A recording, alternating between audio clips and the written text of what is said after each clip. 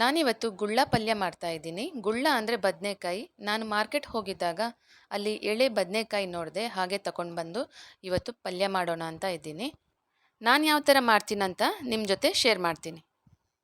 ಇದು ಬಿಸಿ ಬಿಸಿ ಗಂಜಿ ಊಟಕ್ಕಂತೂ ತುಂಬ ಚೆನ್ನಾಗಿರುತ್ತೆ. ನೀವು ಒಂದ್ಸಲ ಟ್ರೈ ಮಾಡಿ. ಹಾಗೆ ನನ್ನ ಚಾನಲನ್ನು ಸಬ್ಸ್ಕ್ರೈಬ್ ಮಾಡ್ಕೊಳ್ಳಿ. ಬನ್ನಿ ಈ ಗುಳ್ಳ ಪಲ್ಯನ ಹೇಗೆ ಮಾಡೋದು ಅಂತ ನೋಡೋಣ. ನೋಡಿ ಇಲ್ಲಿ ಈ ಥರ ಇದು ಹಸಿರು ಬದನೆಕಾಯಿ ಬೇಕಾಗತ್ತೆ ಇದಕ್ಕೆ. ಯಾವ ಬದನೆಕಾಯಲ್ಲೂ ಕೂಡ ಈ ಥರ ಪಲ್ಯನ ಮಾಡ್ಕೋಬೋದು. ಮೊದಲಿಗೆ ಇದನ್ನು ಕಟ್ ಮಾಡ್ಕೊಳ್ಳೋಣ. ಈ ಥರ ಮಿಡ್ಲಲ್ಲಿ ಸೀಳ್ಕೋಬೇಕು. ಹಾಗೆ ಈ ಥರ ಇದಕ್ಕೊಂದು ಸ್ಲಿಟ್ ಕೊಡಬೇಕು. ಇದನ್ನು ಈ ಥರ ಕಟ್ ಮಾಡಿಕೊಂಡು ನೀರಲ್ಲಿ ಹಾಕಿಡಬೇಕು ಸ್ವಲ್ಪ ಹೊತ್ತು. ಇದರಲ್ಲಿರುವಂಥ ಕನ್ನರಾಂಶ ಎಲ್ಲ ಬಿಟ್ಕೊಳ್ಳುತ್ತೆ ಅದು. ಇವಾಗ ಒಂದು ಬಾಣಲೆನ ಒಲೆ ಮೇಲೆ ಇಟ್ಕೊಂಡು ಅದಕ್ಕೆ ಸ್ವಲ್ಪ ಎಣ್ಣೆ ಹಾಕೋಬೇಕು. ಎಣ್ಣೆ ಸ್ವಲ್ಪ ಜಾಸ್ತಿನೇ ಹಾಕೋಬೇಕು ಇದಕ್ಕೆ ಸ್ವಲ್ಪ ಸಾಸಿವೆ ಹಾಕ್ಕೊಳ್ತಾ ಇದ್ದೀನಿ. ಇವಾಗ ಸ್ವಲ್ಪ ಉದ್ದಿನ ಬೇಳೆನ ಹಾಕ್ಕೊಳ್ತಾ ಇದ್ದೀನಿ. ಇದೊಂದು ಸ್ವಲ್ಪ ಕೆಂಪಗಾಗ್ತಾ ಇದ್ದ ಹಾಗೆ ಜಜ್ಜಿಟ್ಟಂಥ ಬೆಳ್ಳುಳ್ಳಿಯನ್ನು ಹಾಕೋಬೇಕು. ಬೆಳ್ಳುಳ್ಳಿ ಸ್ವಲ್ಪ ಫ್ರೈ ಆಗ್ತಾ ಇದ್ದ ಹಾಗೆ ಈರುಳ್ಳಿನ ಹಾಕೋಬೇಕು. ನಾನಿಲ್ಲಿ ಒಂದು ಈರುಳ್ಳಿನ ಚಿಕ್ಕದಾಗಿ ಕಟ್ ಮಾಡಿಕೊಂಡು ಹಾಕ್ಕೊಳ್ತಾ ಇದ್ದೀನಿ. ಹಾಗೆ ಕರಿಬೇವಿನ ಸೊಪ್ಪನ್ನು ಹಾಕ್ಕೊಳ್ತಾ ಇದ್ದೀನಿ. ಇದು ಸ್ವಲ್ಪ ಕೆಂಪಗಾಗಬೇಕು. ನೋಡಿ ಇವಾಗ ಕೆಂಪಗಾಗಿದೆ. ಇವಾಗ ಒಂದು ಟೊಮೆಟೊನ ಸಣ್ಣದಾಗಿ ಕಟ್ ಮಾಡಿಕೊಂಡು ಹಾಕ್ಕೊಳ್ತಾ ಇದ್ದೀನಿ.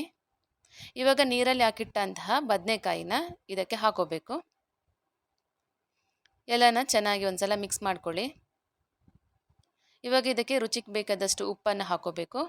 ಹಾಗೆ ಹುಣಸೆ ಹುಳಿ ರಸನ ಹಾಕೋಬೇಕು.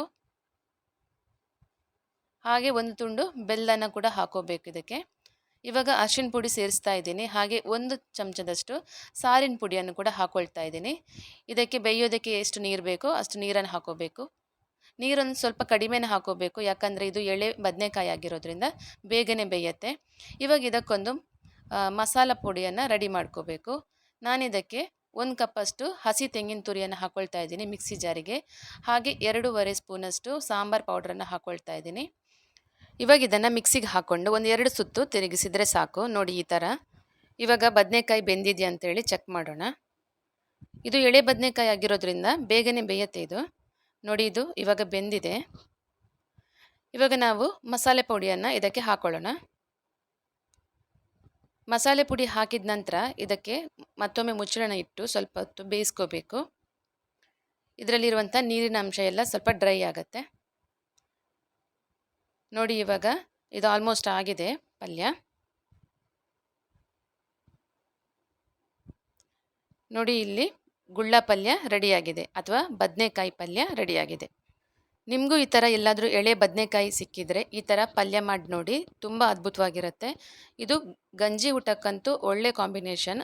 ಇದನ್ನು ಚಪಾತಿ ಅಥವಾ ಅನ್ನದ ಜೊತೆ ಸೈಡ್ಸ್ ಆಗಿ ಕೂಡ ಯೂಸ್ ಮಾಡ್ಕೋಬೋದು. ನನ್ನ ಈ ರೆಸಿಪಿ ನಿಮಗೆ ಇಷ್ಟ ಆಯಿತು ಅಂತ ಅನ್ಕೋತೀನಿ. ಇಷ್ಟ ಆದರೆ ಲೈಕ್, ಶೇರ್, ಸಬ್ಸ್ಕ್ರೈಬ್ ಮಾಡೋದನ್ನು ಮಾತ್ರ ಮರಿಬೇಡಿ. ಮತ್ತೊಂದು ಹೊಸ ವಿಡಿಯೋದೊಂದಿಗೆ ಮತ್ತೆ ಬರ್ತೀನಿ. Thank you for watching.